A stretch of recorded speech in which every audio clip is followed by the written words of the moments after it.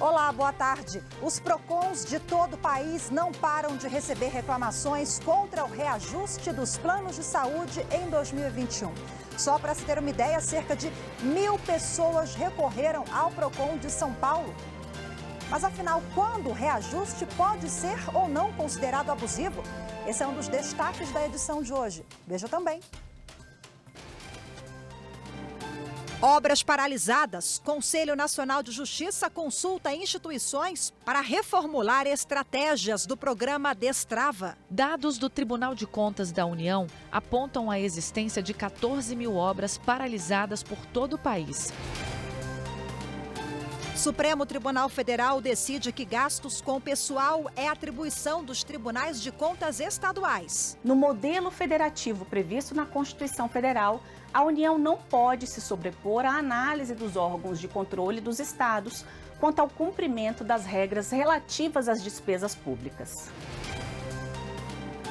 E ainda, direito ao esquecimento. Ministros do Supremo retomam hoje julgamento da ação.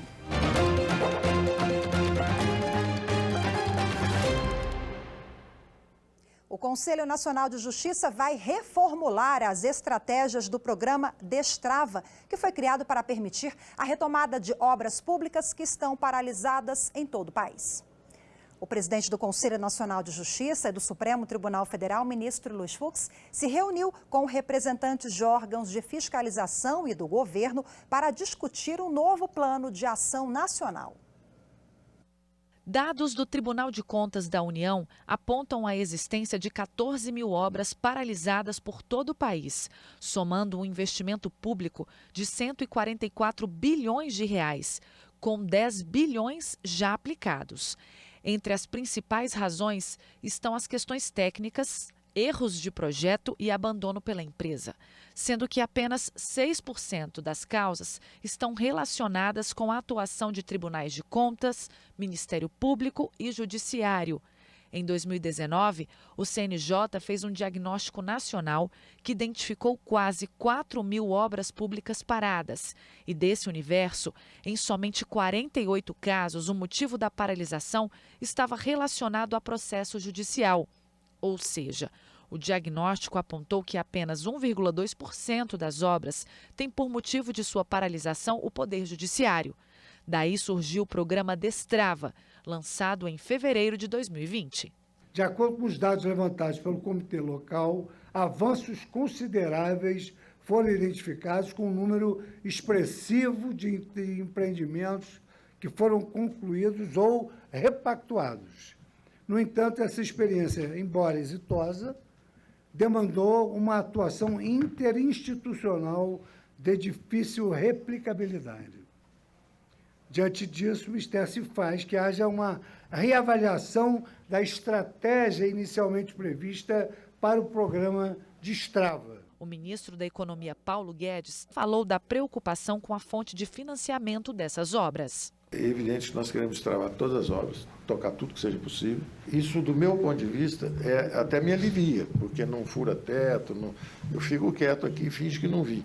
Mas a grande pergunta é se juridicamente nós estamos cobertos. O presidente do CNJ e STF, ministro Luiz Fux, destacou que o objetivo do CNJ, como órgão de estabelecimento de políticas públicas, é contar com a colaboração interinstitucional de todos os órgãos do governo e a chancela dos órgãos de fiscalização para retomar as obras que vão influenciar no desenvolvimento econômico e social. Hoje nós ouvimos todos os técnicos do governo, todos os especialistas do governo, para colhermos informações da área econômica, da área da infraestrutura, da área da Controladoria Geral da União, do Tribunal de Contas da União, como é que nós podemos dar vazão a esse programa de Destrava, promover o crescimento econômico, desenvolvimento social, sem prejuízo também de cuidarmos da pandemia, dos efeitos da pandemia, através, digamos assim, de uma roupagem jurídica que dê legalidade às nossas atividades. O Supremo Tribunal Federal decidiu que gastos com pessoal é atribuição dos tribunais de contas estaduais. Quem traz os detalhes da decisão é a nossa consultora jurídica aqui da TV Justiça, a Gisele Reis. O julgamento foi no plenário virtual. A União se negou a garantir empréstimo contratado pelo Estado do Paraná com instituição financeira. O sistema de garantias da União foi concebido para assegurar o equilíbrio das contas públicas. De acordo com a Lei de Responsabilidade Fiscal, a concessão de garantia consiste no compromisso de pagamento da obrigação financeira assumida por um dos entes da federação e leva em consideração a comprovação de que o teto de gastos com despesas de pessoal foi observado. Na análise deste caso, o Supremo Tribunal Federal, por maioria, entendeu que essa apuração deve ser feita pelos tribunais de contas estaduais, a quem cabe exercer o controle externo dos poderes e do Ministério Público local. Dessa forma, uma vez comprovada a regularidade por meios idôneos, não cabe a rejeição da garantia por este motivo. Prevaleceu o voto do ministro Marco Aurélio. Para ele, no modelo federativo previsto na Constituição Federal, a União não pode se sobrepor à análise dos órgãos de controle dos estados quanto ao cumprimento das regras relativas às despesas públicas. O plenário do Supremo Tribunal Federal retoma hoje o julgamento de um recurso extraordinário que trata do direito ao esquecimento. Familiares da vítima de um crime ocorrido na década de 50 pedem a reparação pela reconstituição do caso em um programa de televisão. Será o terceiro dia de julgamento do recurso extraordinário que discute o direito ao esquecimento de um caso que foi veiculado na televisão em 2004 sem autorização. O que está sendo discutido é o direito à privacidade e intimidade em contraposição ao direito à liberdade de expressão. Até agora, apenas o relator, ministro Dias Toffoli, votou. Ele entendeu que restringir a divulgação de fatos verídicos contraria a Constituição Federal e que deve prevalecer a liberdade de expressão. É incompatível com a Constituição a ideia de um direito ao esquecimento. Assim entendido como o poder de obstar, em razão da passagem do tempo, a divulgação de fatos ou dados verídicos, ilicitamente obtidos e publicados em meios de comunicação social, análogos ou digitais. Eventuais excessos ou abusos no exercício da liberdade de expressão e de informação devem ser analisados caso a caso, a partir dos parâmetros constitucionais, especialmente os relativos à proteção da honra, da imagem, da privacidade e da personalidade em geral, e também as expressas e específicas previsões legais nos âmbitos penal e civil. O recurso é da família de uma adolescente assassinada no Rio de Janeiro em 1958, mas como tem repercussão geral reconhecida, a decisão deve valer para todos os casos em que se pretender o chamado direito ao esquecimento. Ainda não há lei que trate deste tema. Faltam os votos dos demais ministros da Corte, exceto do ministro Luiz Roberto Barroso, que se declarou suspeito. O Tribunal Superior Eleitoral julgou improcedentes duas ações de investigação judicial eleitoral contra o presidente da República, Jair Bolsonaro, e o vice Hamilton Mourão. Os dois eram acusados de se beneficiar de disparos em massa de mensagens pelo WhatsApp, promovendo a campanha de Bolsonaro e Mourão e atacando adversários. O plenário do TSE seguiu o voto do relator, o ministro Luiz Felipe Salomão, de que não havia prova da ligação da campanha da chapa presidencial com a contratação do impulsionamento de conteúdo. Não há sequer indícios da contratação dos disparos pela AM4. Não tem sentido as diligências requeridas em relação à empresa oficial de campanha. E disse mais à frente, concluindo, a meu sentir, os fatos já estão devidamente esclarecidos pelas provas amealhadas aos autos, podendo e devendo o magistrado proferir sua decisão isenta de parcialidade, imune ao colorido político partidário e, principalmente, alheio às paixões ideológicas. Outrosim, já houve audiência e colheita da prova testemunhal, estando a instrução do processo finalizada. Não houve nenhuma prova de que essas 600 linhas telefônicas Dentre elas, apenas 3 teriam sido detectadas para desenvolver esse tipo de serviço e, mesmo assim, como são empresas de marketing, não há nenhuma ligação entre elas e a campanha eleitoral, salvo que foram produzidas naquele período. O Ministério Público Federal se manifestou contra o recurso apresentado pela defesa do ex-senador Gin Argello, contestando a competência da Justiça Federal para julgar a ação penal que o condenou a 19 anos de prisão. O político foi denunciado pela prática dos crimes de corrupção, lavagem de dinheiro e obstrução à justiça. De acordo com a investigação feita pelo Ministério Público Federal, o ex-senador, como representante do Partido Trabalhista Brasileiro, o PTB, cobrou de diretores de empreiteiras propina em troca de proteção durante as investigações no Senado e na Câmara dos crimes contra a Petrobras. Ao entrar com recurso questionando a sentença de 19 anos de prisão por corrupção, lavagem de dinheiro e obstrução à justiça, a defesa de Gin alega que ele deveria ser julgado pelo Tribunal Eleitoral. Ao se manifestar na ação, entre outros motivos, o Ministério Público Federal se posicionou contra o pedido com o argumento de que o simples fato da propina recebida por Gin ter sido destinada a fins políticos não é o suficiente para o crime ser considerado eleitoral. E no próximo bloco vamos falar sobre o reajuste do plano de saúde. Afinal, quando o aumento pode ser considerado abusivo? É o que você vai saber em instantes. Fique com a gente.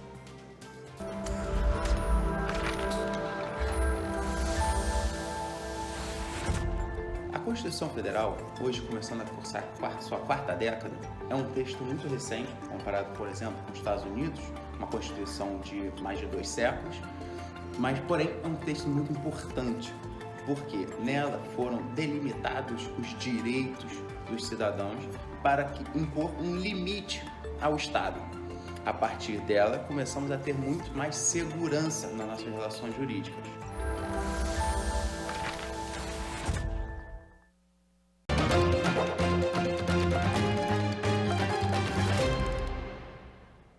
Durante a pandemia, muitas operadoras de planos de saúde suspenderam o aumento das mensalidades que ocorre anualmente. Mas, em compensação, mais de 30 milhões de consumidores já entraram o ano com os boletos reajustados. Em alguns casos, em até mais de 100%. No mês passado, só na capital paulista, cerca de 1.000 consumidores abriram reclamação no PROCON contra o reajuste dos planos de saúde. Há casos em que a mensalidade dobrou.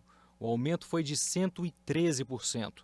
O PROCON acionou a Agência Nacional de Saúde Suplementar e pediu que determinasse um reajuste de apenas 8,14%. As operadoras se recusaram, inclusive, a informar o PROCON os critérios para tal reajuste. Isso fica ainda mais preocupante quando se nota que caíram o número de internações no ano passado, o número de cirurgias eletivas, o número de leitos ocupados e as despesas hospitalares. Nada justifica um reajuste de tal monta. O IDEC, o Instituto de Defesa do Consumidor, também considerou os aumentos abusivos e pediu para a Justiça Federal barrar a cobrança retroativa do reajuste dos planos. Em dezembro, o pedido foi negado pelos juízes de plantão durante o recesso do Judiciário. E em janeiro, outros 2 recursos também não foram acatados. O Instituto afirma que vai continuar recorrendo, com o argumento de que os clientes de planos de saúde não pararam de pagar as mensalidades em meio à crise sanitária. E as operadoras tiveram despesas muito menores em 2020. Em 2020, ano passado, o que nós percebemos foi uma situação em que consumidores não deixaram de pagar os seus boletos de plano de saúde, com receio de perder o acesso ao serviço, sobretudo nesse momento de uma crise sanitária, possivelmente com o receio de não conseguirem atendimento no serviço público. Então, a última coisa que eles deixariam de pagar eram seus boletos de plano de saúde. Tanto é que não houve uma significativa aumento de inadimplência, né? Mas o que aconteceu, sim, foi uma redução drástica no uso, uma redução drástica na sinistralidade, ou seja, consumidores usaram muito menos, né? Foi o menor índice, menor nível de uso do plano de saúde em uma década. Bom, e para repercutir o assunto, eu converso agora com o advogado que é especialista em direito do consumidor, Dr. Kleber Gomes. Olá, boa tarde, seja muito bem-vindo, doutor Kleber. Boa tarde, agradeço o convite. Bom, pegando o gancho agora desta última entrevista que acompanhamos na reportagem, no ano passado o índice de inadimplência foi baixo, os consumidores, tudo indica que eles usaram pouco o plano de saúde, as operadoras elas não definiram claramente os critérios para o reajuste. Isso pode ser considerado abusivo, tendo em vista todos esses elementos?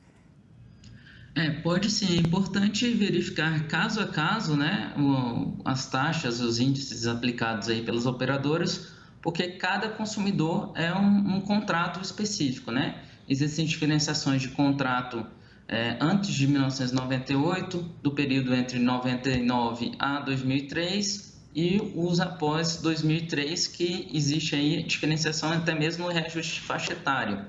Então, assim, considerado que foi exposto na entrevista, né, vinculado aí, que houve a diminuição de uso da sinistralidade dos consumidores, verifica-se aí que o aumento para os planos individuais, que a ANS regulou, foi de 8,14, né? Também foi pesquisado pelo IDEC, né, também mostrado aí na matéria, que este aumento relativo a 2020, ele reflete atualmente, nesse cenário atual de 2021, nos planos individuais entre 12,31% até 34,99%, dependendo se houve aí essa questão de aumento de faixa etária, e já nos coletivos entre 26% até 49,81%, né? Esses são os dados aí do IDEC.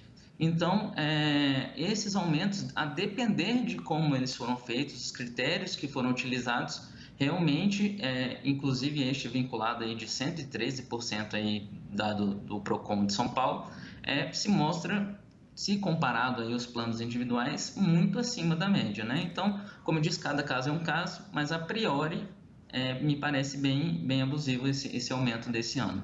Esse ano é bem peculiar porque nós temos aí o custo retroativo que foi somado ao aumento por faixa etária e muitas das vezes, né? É claro que cada caso é um caso, mas em linhas gerais, quais são os indícios de que aquele plano está cobrando algo que não deveria ou além do permitido segundo o direito do consumidor? Esse ano é bem peculiar mesmo, porque houve a suspensão, né, do reajuste de 2020 e esse reajuste ele vem agora a partir de janeiro. Os consumidores já devem ter percebido aí na fatura de janeiro deste ano que esse período de 8 meses que deixou de se cobrar esse reajuste, ele está vindo parcelado em 12 vezes. Então o consumidor já nota aí esse primeiro aumento, né? O indício que o consumidor tem que verificar em relação aos planos individuais. Muito embora exista a regulamentação da ANS para os planos individuais, né, o teto do reajuste, e você basicamente não consegue contratar um plano individual hoje em dia. Você apenas consegue aderir aos planos coletivos ou empresariais. E esses planos coletivos empresariais, eles não são regulados pela ANS. Então, o que o consumidor tem que fazer é efetivamente fazer uma comparação com o reajuste dos planos individuais e verificar qual foi o reajuste do seu plano coletivo em relação da sua faixa etária também e ver se ficou muito dispar, né, muito distante aí esse índice autorizado pela ANS para o plano coletivo, né? Porque, em bem verdade, o Judiciário tem começado a acolher essa tese de que não existe o plano individual à disposição do consumidor e vem tratado esse coletivo por adesão que não tenha a característica de empresas, né, que realmente seja eminentemente um plano coletivo em si, mas ele tem características de planos individuais e utilizado o índice aí dos planos individuais para fazer essa correção. Doutor Kleber, então, uma vez dado o reajuste, esse consumidor consegue reverter essa cobrança adicional no Poder Judiciário, por exemplo? Essa cobrança pode ser extinta? Sim, se o consumidor, né, conseguir provar que realmente esse aumento foi abusivo, seja a correção anual, ou seja pelo aumento da faixa etária, ele pode ingressar com a ação, pleitear a reversão, né, desse aumento, inclusive cobrar os valores aí que efetivamente ele tenha pago a mais dos últimos 3 anos aí dos pagamentos que ele tenha efetuado. PROCON é um bom caminho para quem se sentir lesado ou querer abrir um canal de diálogo com a operadora? Porque eu gosto sempre de frisar aqui que o diálogo, a conciliação é o melhor caminho antes de levar a matéria ao Poder Judiciário. É claro que situações, cada caso é um caso, mais uma vez trazendo a ótima colocação do senhor no início da entrevista, mas quais são os canais para o consumidor que quer ter os seus direitos respeitados? Eu particularmente sou bem partidário do acordo, né? Melhor um bom acordo do que um grande litígio. O PROCON é um dos caminhos, né? O PROCON, inclusive, ele tem atuado em ações coletivas para tentar minimizar esses aumentos que foram abusivos aí, como demonstrado aí na reportagem. E o outro caminho é a própria reclamação na ANS, no site Reclame Aqui e no consumidor.gov, né? Eu falo que esses caminhos são os caminhos prévios aí, se você deseja tentar compor um acordo antes do litígio, ou até mesmo através do seu advogado de confiança, ele também pode tentar fazer esse canal de acordo antes de uma demanda judicial. Doutor Kleber Gomes, fica aí a reflexão. Muito obrigada pela entrevista mais uma vez. Boa tarde para o senhor. Boa tarde, agradeço. E você vai ver no próximo bloco, fabricantes de eletroeletrônicos, eles contestam lei de Roraima sobre troca de produtos essenciais defeituosos. Até já.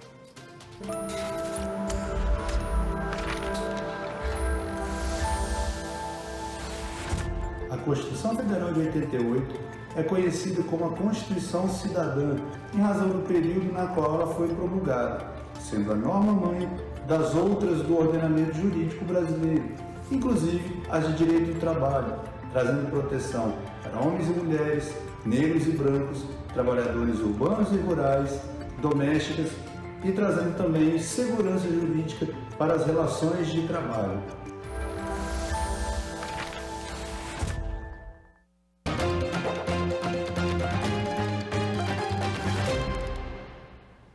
Fabricantes de eletroeletrônicos contestam no Supremo Tribunal Federal uma lei de Rondônia que trata da troca de produtos considerados essenciais. Essa lei determina a troca imediata ou a devolução do valor pago se os produtos estiverem dentro do prazo de garantia.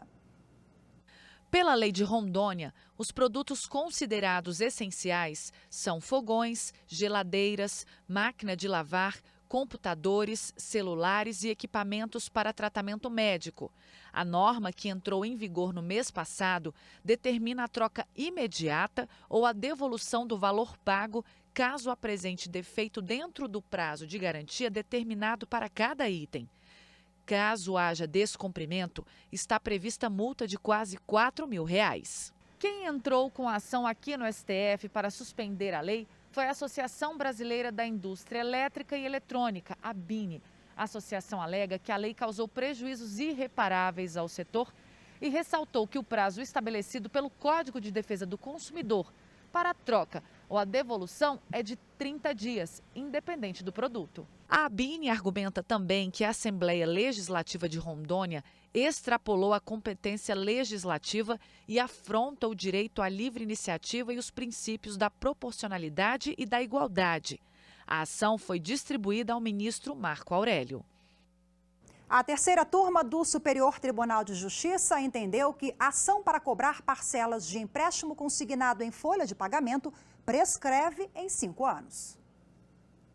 O colegiado definiu ser de 5 anos o prazo prescricional para a propositura de ação de cobrança em razão da falta de pagamento das parcelas com previsão de desconto no contra-cheque do devedor que tenha ocorrido pela perda da margem consignável. Com esse entendimento, os ministros deram provimento ao recurso do devedor para extinguir a ação de cobrança ajuizada por um banco em 2013, buscando o recebimento de parcelas de contrato de um financiamento que havia sido firmado em abril de 2006, mediante consignação em folha de pagamento.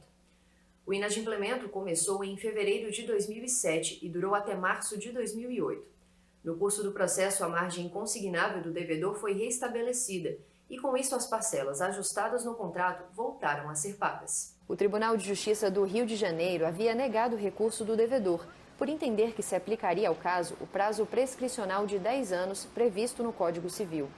Mas o relator no STJ, ministro Paulo de Tarso Sanseverino, citou precedentes das turmas de direito privado que consideraram a incidência da prescrição quinquenal, prevista no artigo 206 do Código Civil, em relação às ações em que se requer o pagamento de dívida líquida constante de instrumento particular de natureza pessoal. Para o ministro, há plena incidência desta prescrição sobre as parcelas não quitadas do empréstimo, vencidas entre 2007 e 2008, relativas a um período de mais de 5 anos antes da propositura da ação de cobrança. E o Jornal da Justiça, primeira edição de hoje, fica por aqui. Muito obrigada pela sua companhia, ótima tarde para você e até amanhã.